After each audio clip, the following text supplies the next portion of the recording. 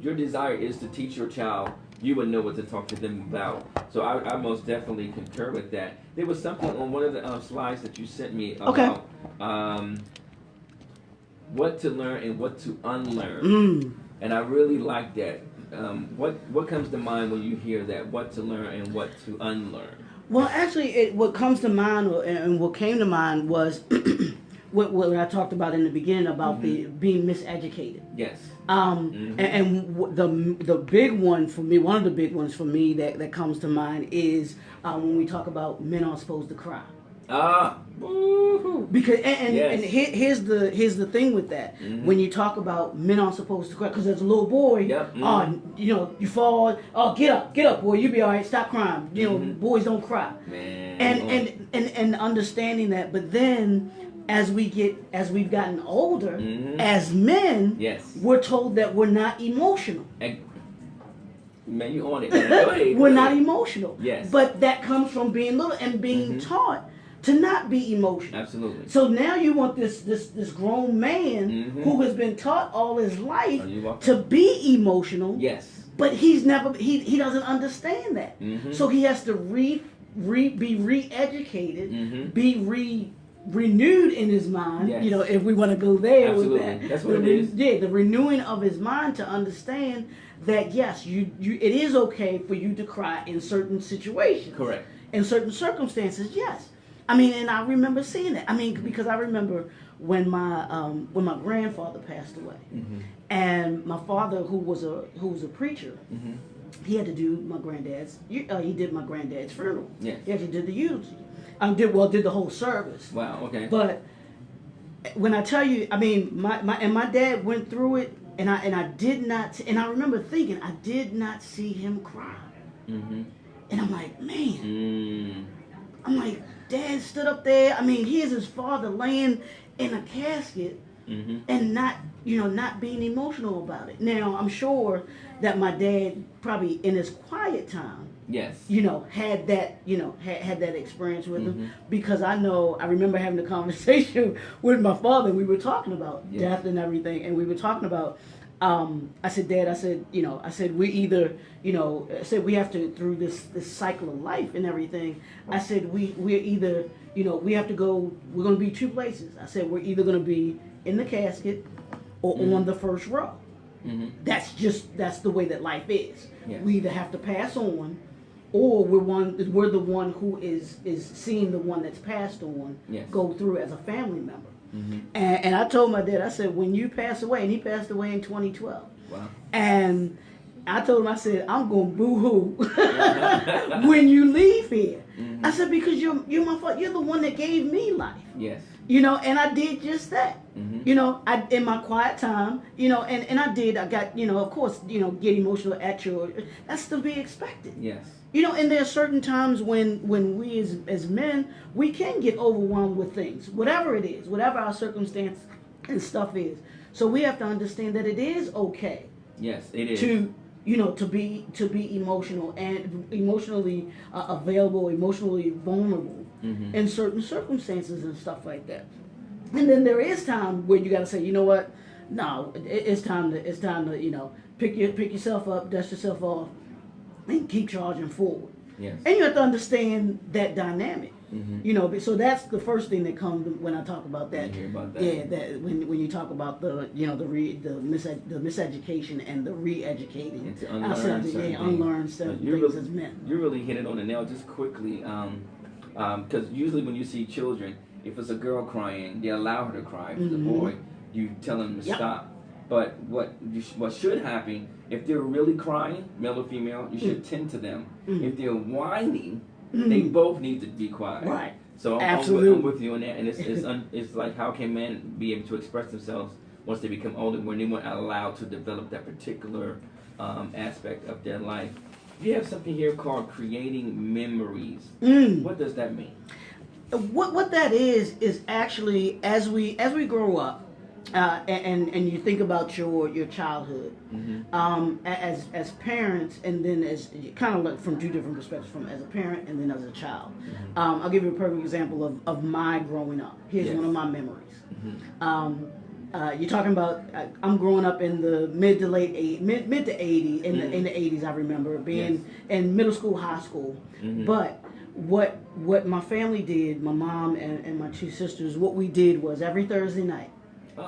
Every Thursday night, Cosby Show would come on. Cosby Show, and you had A Different World that came on. We would have ice cream and pie, or we would have like popcorn or something. But that was our night to kind of be together as a family. Yes. That's what sticks with me as far as memories. Give you another one. My dad, when I was younger, he delivered papers. Now, you know, back in the day, you had the Sunday paper. They were delivered out individually by people. So my dad was doing that. That was one of the jobs that he had, the many ones that he had. And he would have to get up on Sunday mornings about 4:00 to go in and deliver the papers. I remember when I would visit him or staying with him sometimes and stuff like that, that I would get up and go with him. 4:00 in the morning. Oh, that's awesome. Yeah, up with him to go and deliver the papers. And he had this, he had a, I don't know what year it was, but it was a Pontiac Magnum. I don't know how many people remember that kind of car, but it was white with red interior, and had a sunroof. Yes, sir. And I got to throw the papers, the other papers onto the porches outside of the, outside of the porches and stuff like that. But those are memories that I talk about that you create with either with your children and even with your spouse or with your significant other, where you do things together, so that you have those memories that you can actually, that you look back on, and you build it. You build it in those things. So that's what I talk about when I say, having the memories. Just those things that we can look back on, as family and stuff. And that is so key, because as you were talking, I jumped to the concept of, because not every family, the mother and father is living together. Absolutely. And then you have the concept of child support. But and some men may not come around, depending on the relationship with the mother, about child support. Right.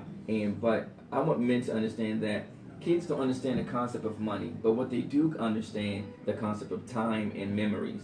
They don't know how much you make. They don't care how much you make. Right. But they know that daddy is around. And in some cases, it might be the mother that may need to come around. But that is so key to children. Memories. Yeah. And all the time for men and women as well. But they have to understand that it's not all about the money sometimes.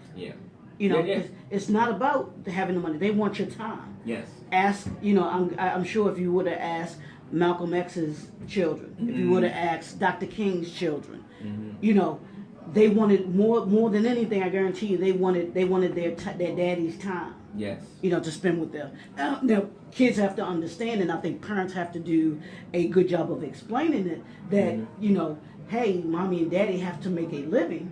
Yes. In order for you to be able to have the things that you have, and that's going to take away from your, the time. But those of us that are parents have to understand that there are going to have to be some things that you say no to. Yes. Because your children come first. Yes.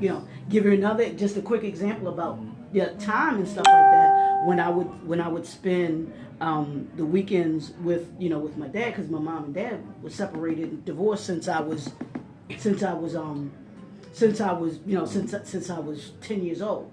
But what I would do is I would spend weekends and then even summers with my dad. Okay. And the school that I went to a private school up to middle school. We got out before the public schools. My dad was a public school teacher, phys ed teacher, and he was a football coach. He was football coach, lacrosse coach, basketball coach, track coach. Yeah.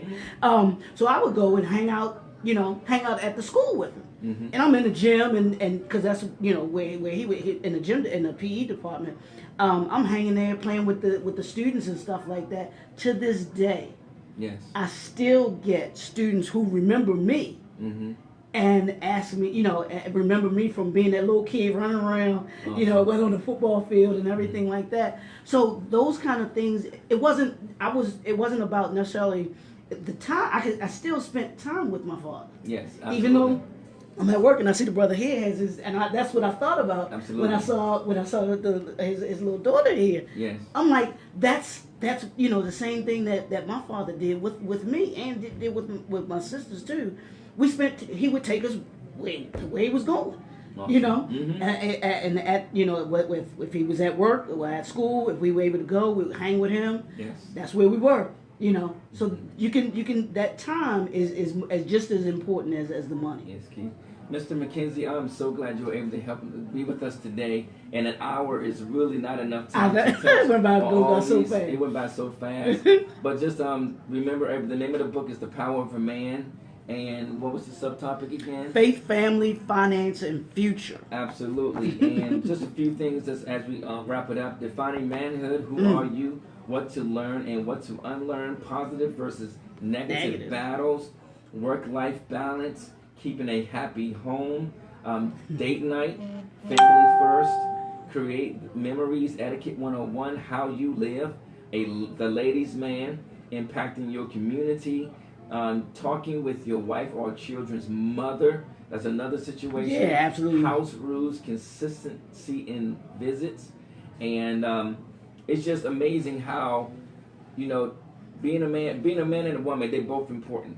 Absolutely. Ladies, we're not saying that it's not important, but we just want to let everybody know it's important to know who you are, how you fit into not just your family, but also how you fit in your community, because we need each other. I think the greatest comfort that what's been coming to my mind the last couple of years as we wrap up is that it's not about the skin color, the battle on this earth. It's actually the relationship between male and female, us understanding and respecting one another, no matter your color, your background, your economical prowess or not. We as men must understand women, respect them, to value them, and we need that in turn. But the way that we do that is to be an example. So in closing, Mr. Mckenzie, how can you be contacted? Well, if they want to reach me, they can visit the website, of course, www.jnfenterprises.com. I'm on Facebook, JNF Enterprises, or they can look up my name, Leroy Mckenzie Jr. I'm on Instagram at JNF Enterprises, Twitter as well at JNF Enterprises 1, and then also they can look us up on YouTube as well, because we have a YouTube channel that has some videos, tools for individuals that are entrepreneurs, aspiring authors, things that help to develop you as an entrepreneur, as an author, all those things, so they can check us out there. All right, well, you heard it here first with Mr. Leroy Mckenzie. This was greater than I can ever. My voice has been going out all day. Thank you, everybody, for joining It Needs to Be Heard with Mr. Robert Eugene Young and Ms. Onika Terrell in her absence. Now that you've heard it, what will you do? Thank you, and good night. Thank you. Thank you, Eladio. Yeah. Whew. Man, you full, man. Walking behind you.